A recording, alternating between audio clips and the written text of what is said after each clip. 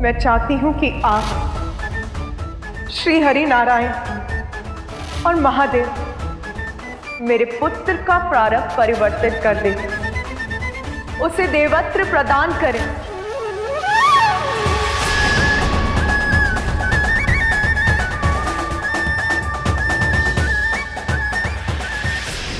क्षमा करें माता, किंतु मैं आपका ये प्रस्ताव समझने में असमर्थ हूं। क्या केवल भोलेनाथ और आपके पुत्र होने मात्र गजानन को हम देवता के पद पर स्थापित कर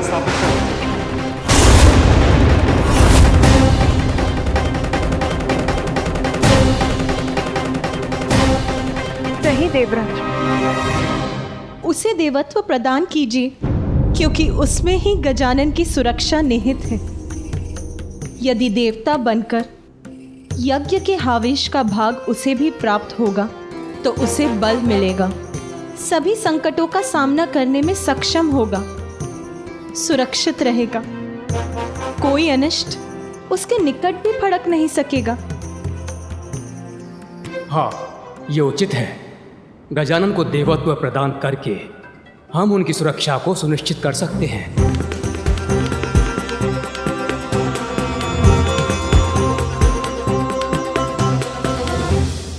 किंतु प्रभु, इस संसार में अनेकों बालक हैं और वो भी नाना प्रकार की विपदाओं में घिरे हुए हैं। क्या हम उन्हें सुरक्षित करने मात्र उन्हें देवत्व प्रदान करते क्या ये उचित होगा? और यदि उचित नहीं है तो गजानन को केवल वंश के आधार पर देवत्व प्रदान कर देना उचित होगा।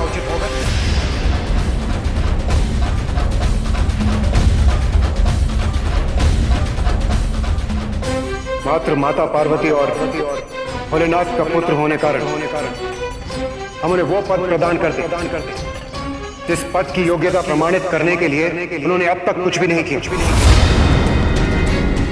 जिस पद के दायित्वों की उन्हें कोई समझ नहीं।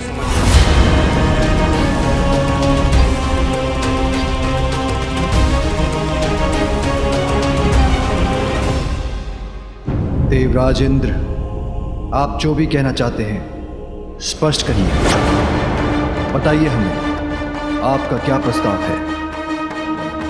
क्षमा करें महादेव, किंतु मुझे आपके पुत्र से कोई द्वेष नहीं है और ना ही मैं उसका कोई अहित चाहता हूं। जब उन्हें एक नवीन शीश की आवश्यकता पड़ी तो प्रभु वो मैं ही था जो उनके लिए शीश लेकर आया था। फिर मैं उनका अहित कैसे चाह सकता हूं प्रभु? इसलिए आप जो भी निर्णय लेंगे वो मुझे स्वीकार होगा। किंतु प्रभु, मेरा एक प्रश्न है, यदि आप अनुमति दे तो मैं पूछने का साहस करूं। प्रभु, क्या देवत्व किसी को भी इतनी सरलता से मिलना चाहिए?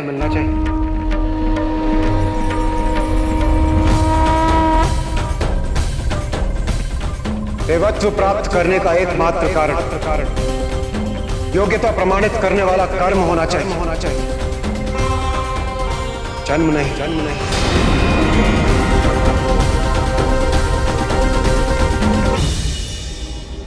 यदि जन्म से ही देवत्व प्राप्त होने लगे तो कर्म की क्या महिमा रह जाएगी? देवराज उचित कह रहे हैं। देवराज उचित कह रहे हैं। देवराज उचित ही तो कह रहे हैं। देवराज उचित कह रहे हैं। आप ही बताइए महादेव, क्या मैं उचित नहीं कह रहा? गौरी, देवराज इंद्र उचित कह रहे हैं। जन्म नहीं, कर्म के आधार पर, वंश नहीं, योग्यता के आधार पर ही देवत्व प्रदान किया जा सकता है। यही उचित है। गजानन अपने कर्म से देवता बनेगा, अन्यथा नहीं। क्योंकि देवता पद के साथ तो संसार का कल्याण जुड़ा है, इसलिए जो अपने कर्मों से अपनी योग्यता प्रमाणित नहीं कर सकता उसे मात्र उसके वंश, उसकी जन्म के आधार पर देवता बनाना सर्वथा अनुचित है।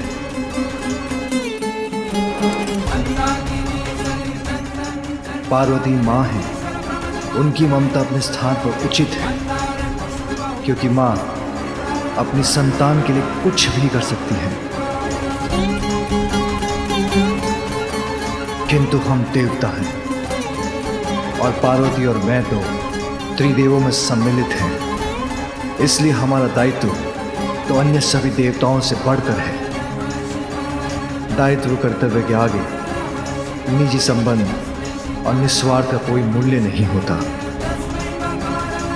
इसलिए समय के साथ साथ मेरा पुत्र गजानन अपनी योग्यता प्रमाणित करेगा, तभी उसे देवत्व प्रदान किया जाएगा, अन्यथा नहीं।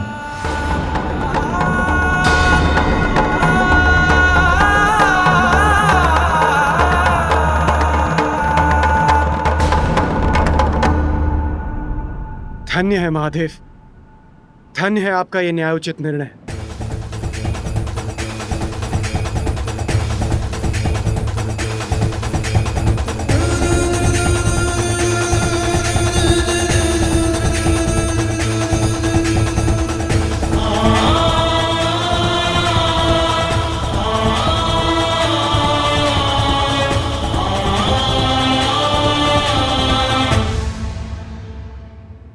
माँ, मुझे भूख लगी है। मैं बहुत भूखा हूँ माँ। अब क्या मैं कुछ भोजन कर सकता हूँ?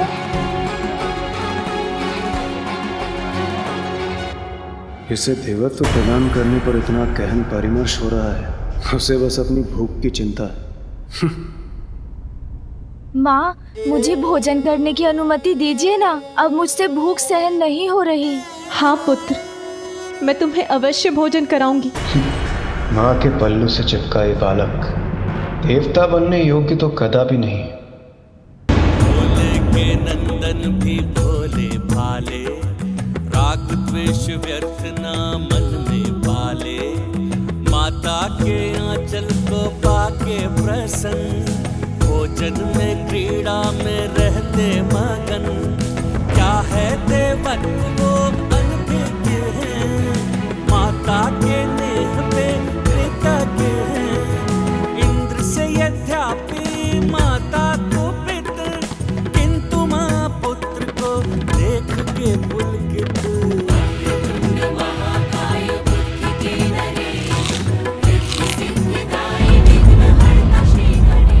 आनंद, अति आनंद माँ।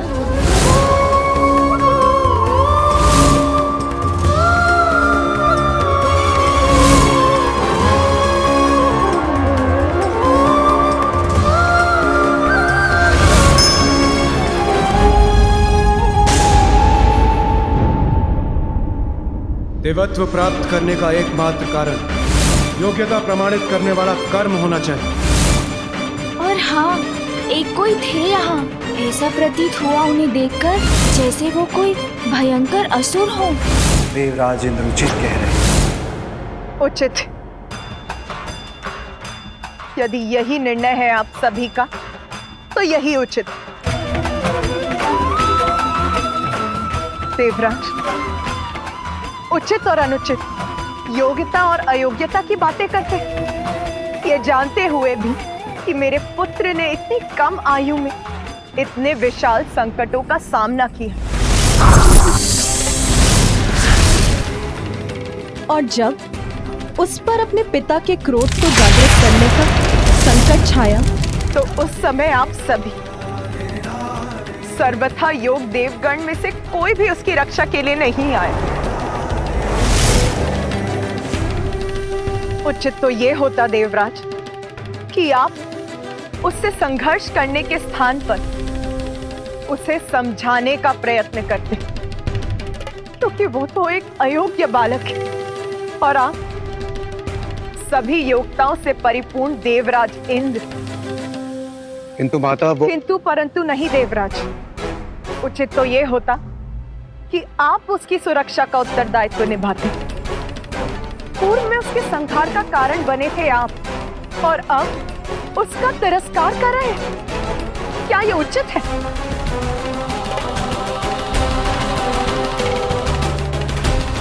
किंतु अब तो मेरे लिए आपसे कोई भी अपेक्षा करना ही अनुचित है। मैं हूं उसकी मां, जन्म दिया है मैंने उसे, सर्वथा समर्थ हूं मैं, तो उसकी रक्षा करने का दायित्व भी मैं ही निभाऊंगी।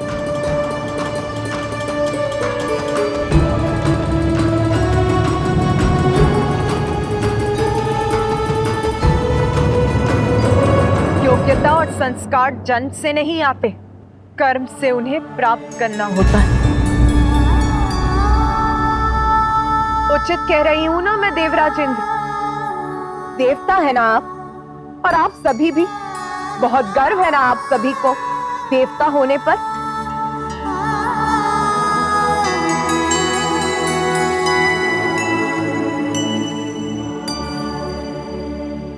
संस्कार और योग्यता उचित और अनुचित के भेद बता रहे हैं ना?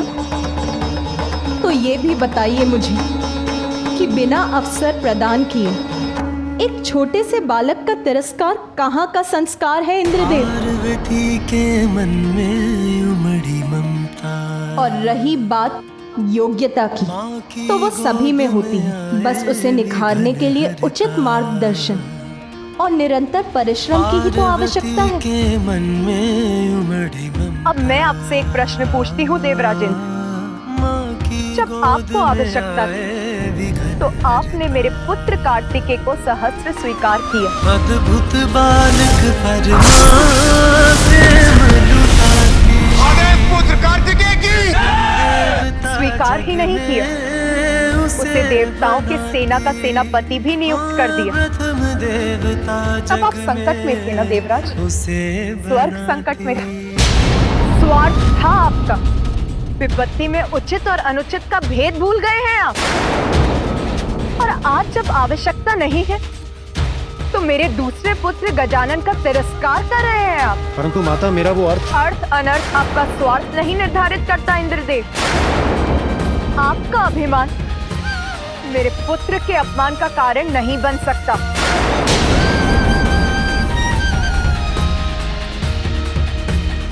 सुनिए सभी, मैं महादेव की अर्धांगिनी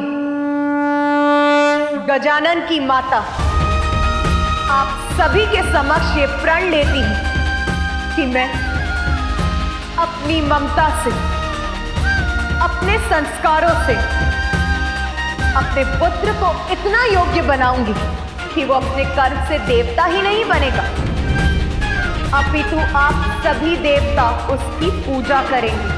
सभी देवता उसकी पूजा करेंगे। आप सभी देवता उसकी पूजा करेंगे। और ये योग्यता वो प्राप्त करेगा अपने जन्म से नहीं, अपने कर्म से।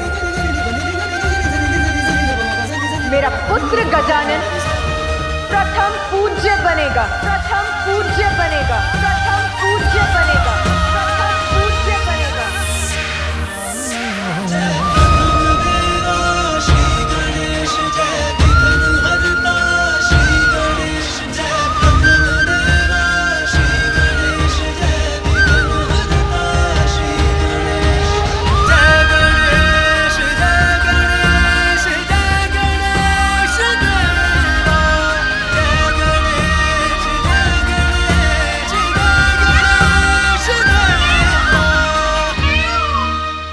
सभी एकत्रित हैं यहाँ। उत्सव है, तो फिर माता का व्याकुल स्वर मेरे कानों को क्यों भेद गया? महादेव प्रणाम। अब हमें जाने की अनुमति दीजिए।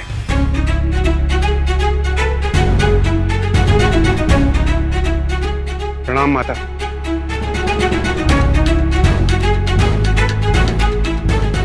गजमुख गजानन, महादेव और माता पार्वती के पुत्र होता हूँ, और ये तुम्हारा सौभाग्य है।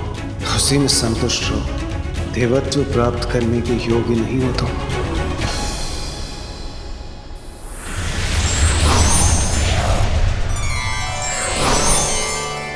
महादेव, अब हमें आज्ञा दीजिए।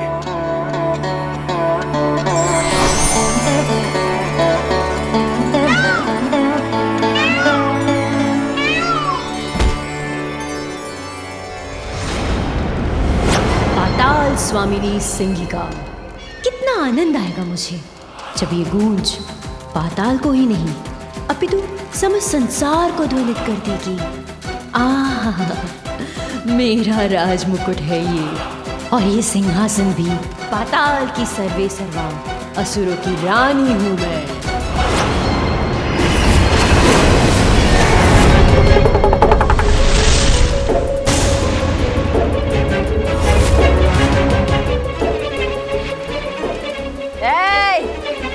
ऐसे नेत्र फाड़ फाड़ के क्या देख रहे हो? झुको मेरे समक्ष, अभिवादन करो मेरा। आज से इस सिंहासन पर मेरा अधिकार है। मैं हूं तुम्हारी रानी, मैं सिंगिका।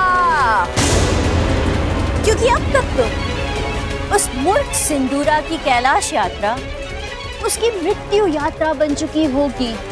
कैलाश जाकर महादेव और देवी पार्वती के पुत्र का वध करने चला था वो, ब्रह्मदेव के श्राप को झुटलाने चला था वो। अवश्य अब तक उसका अंत हो गया होगा। इसलिए अब सिंदूरा के सिंहासन, उसके साम्राज्य और उसके कक्ष पर मेरा अधिकार है। तो जाओ, जिन ऋषि मुनियों को तुम पकड़ कर लाए हो उन्हें मेरे समक्ष मेरा भोजन बना के प्रस्तुत करो। भूख लगी है मुझे, मुझे भोजन चाहिए, मुझे भोजन चाहिए, मुझे भोजन चाहिए।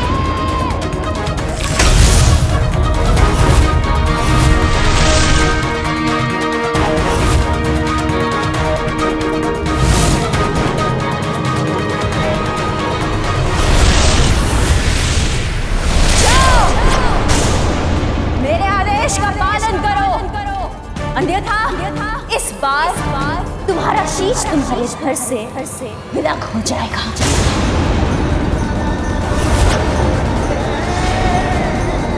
स्वामी, कुछ अनुचित तो नहीं कहा ना मैंने?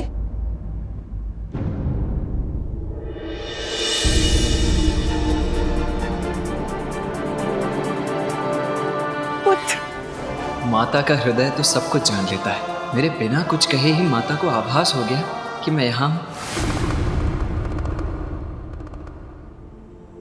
मेरा पुत्र। हाँ माता, आपका पुत्र यही है। मैं आ गया हूँ माँ। अब आपके सब कष्टों को दूर कर दूंगा मैं।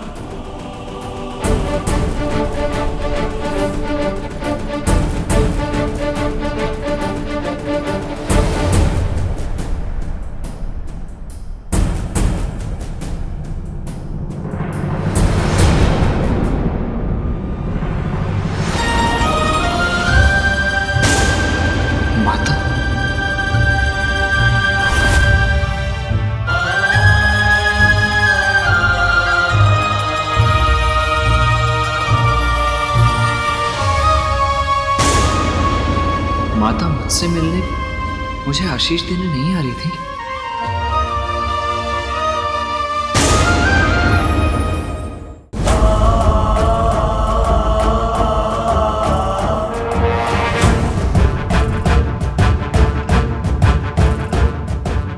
स्पर्श भी न कर सके, उसकी कोमल प्राण सभी विपदाओं से सुरक्षित रहे,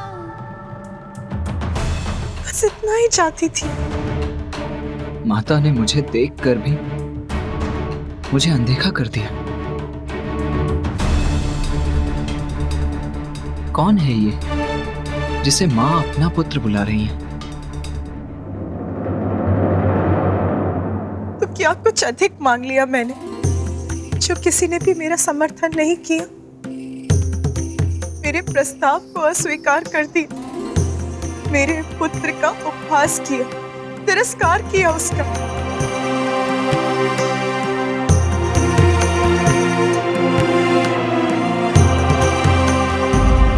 यदि मेरा बड़ा पुत्र कार्तिकेय यहाँ होता तो वो मेरी पीड़ा अवश्य समझता, साथ देता अपनी माँ का।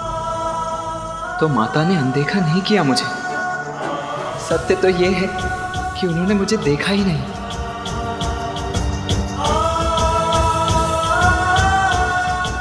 माता,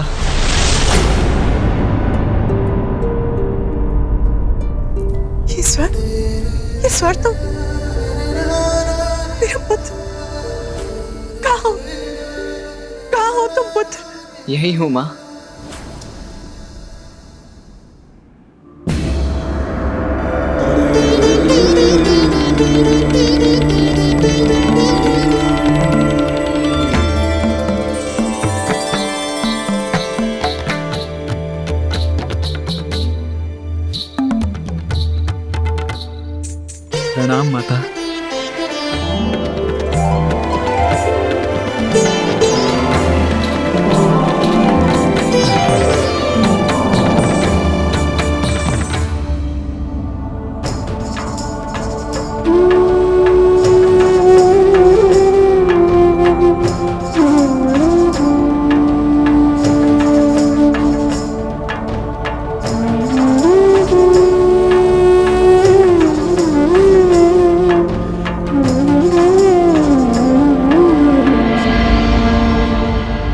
प्रणाम पिताश्री।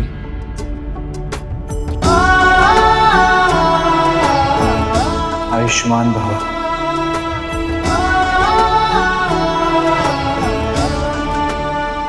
पुत्र तो मां गए पुत्र।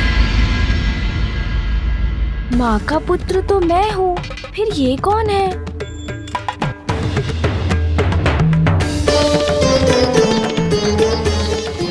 ये विचित्र कछमुख बालक कौन है और ये मेरे और माता के मध्य क्यों है? इसका हमारे परिवार से क्या संबंध है?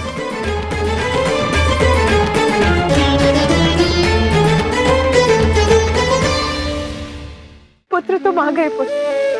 बहुत अच्छा किया पुत्र। माँ का पुत्र तो मैं हूँ, फिर ये कौन है? तुम उचित समय पर आए। तुम्हारे अनुज का उपहास किया देवराज इंद्र ने। उन्होंने सबके समक्ष कहा कि वो देवत्व योग्य नहीं। मैं तो मात्र इतना चाहती थी उसकी सुरक्षा बनी रहे, किंतु मेरा साथ नहीं दिया किसी।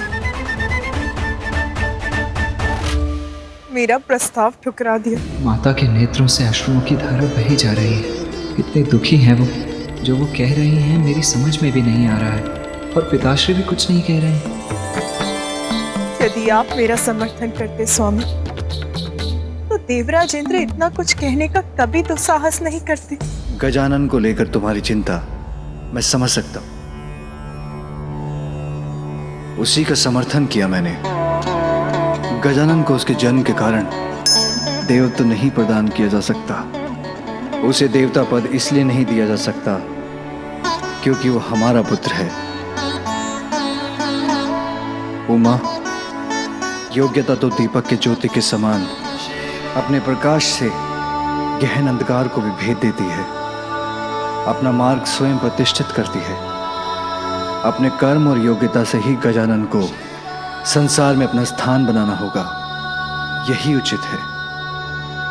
उचित है सोम, सर्वथा उचित है। मुझे भी गजानन के लिए देवताओं से भिक्षा नहीं चाहिए। गजानन?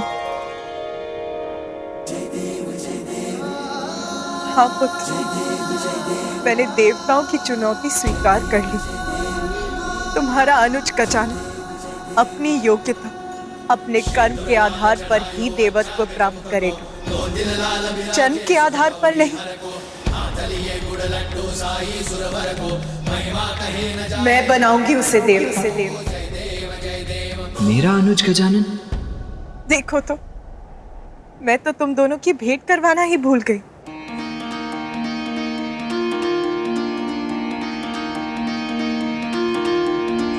पुत्र गजानन, ये है कार्तिकेय, तुम्हारे बड़े भ्राता। और पुत्र कार्तिकेय, ये है तुम्हारे अनुज गजानन। ये है मेरा अनुज। आप मुझसे बड़े हैं ना? मेरे बड़े भैया है ना आप? हाँ। भैया! ये मेरी ओर क्यों दौड़ रहा है? भैया, मैं आपका छोटा भाई हूँ।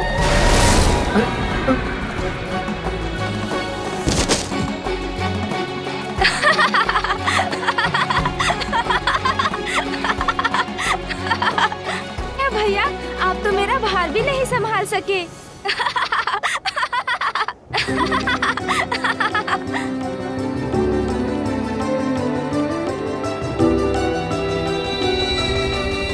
अच्छा, कोई बात नहीं भैया, गोदी में नहीं उठा सके, किंतु पृष्ठ पर तो उठा सकेंगे ना? अरे ये क्या कर रहे हो? पुत्र गजानन, जब हम स्वयं अपने पांवों पर चल सकते हैं, उन पर अपना भार उठा सकते हैं, तो अग्रज द्वारा उठाए जाने की क्या आवश्यकता है? हाँ पुत्र, तुमने तो मिलते ही अपने अग्रज पर अपना भार डाल दिया। सर्वप्रथम अभिवादन तो करो, प्रणाम करो उन्हें। प्रणाम बड़े भैया।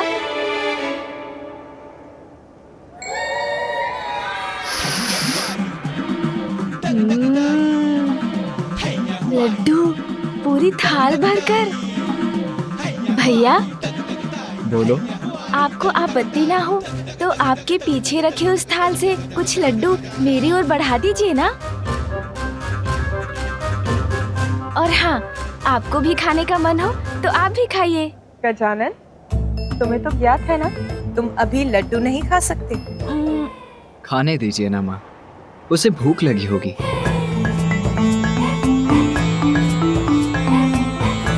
क्या हुआ माता, ऐसे क्यों देख रही हैं आप? माता, आप मुझे ऐसे क्यों देख रही हैं? क्या हुआ? कुछ नहीं पुत्र, ऐसा कुछ नहीं हुआ। माता का ध्यान तो गजानन पर ही केंद्रित है। मेरे प्रश्न का उत्तर नहीं दिया उन्होंने, और इसने वही प्रश्न पूछा तो उन्होंने उसका उत्तर दे दिया। पुत्र कार्तिकेय, मुझे कुछ आवश्यक कार्य करने हैं। उस समय में तुम अपने अनुज गजानन का ध्यान रखना।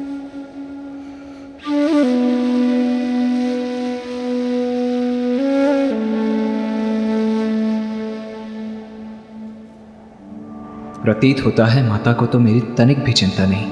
मैं इतने समय पश्चात लौट कर आया हूँ, किंतु न उन्होंने मुझे अपने पास बिठाया, न ही मुझसे कुछ बातें की।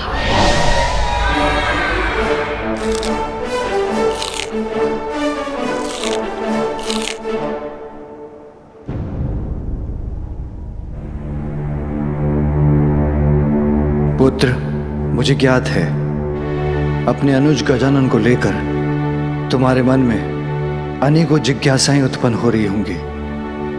हाँ पिताश्री, मेरे जन्म और मेरे द्वारा ताड़कासुर के वध के पश्चात मेरे दक्षिण जाने के समय आपने माता को एक और संतान देने का वचन दिया था, किंतु ये गजमुख गजानन मेरा अनुज कैसे हो सकता है?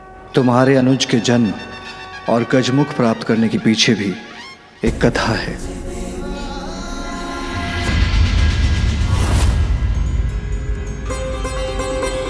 मात्र माता पार्वती और भोलेनाथ का पुत्र होने कारण हम उन्हें वो पद प्रदान कर दें जिस पद की योग्यता प्रमाणित करने के लिए उन्होंने अब तक कुछ भी नहीं किया।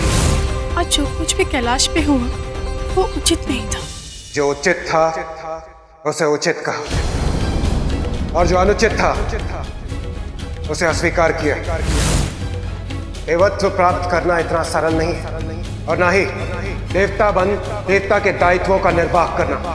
बिना अपनी योग्यता प्रमाणित किए किसी को भी देवत्व प्रदान किया जाना सर्वथा अनुचित। इसीलिए देवता पद की महिमा को स्थापित रखने के लिए उचित का साबित किया। जो हुआ वो उचित था या अनुचित ये तो समय ही बताएगा, किंतु जो आपको करना था आप कर चुके स्वामी। फिर पुनः सभा बैठाकर सभी सभासद देवताओं से अपनी ही प्रशंसा को सुनने की आपकी इच्छा कहाँ तक उचित है स्वामी? देवराज इंद्र होने के नाते ये मेरा कर्तव्य था, अन्यथा भविष्य में कोई भी देवता पद की मांग कर सकता है। क्या मैं उचित कह रहा हूँ? आपने जो भी किया वो सर्वथा उचित था देवराज। हाँ इंद्रदेव, आपने जो किया उचित किया, सही का साथ दिया आपने, और हम सब आपसे सहमत हैं। जगत जननी को निराश करना कैसे उचित हो सकता है?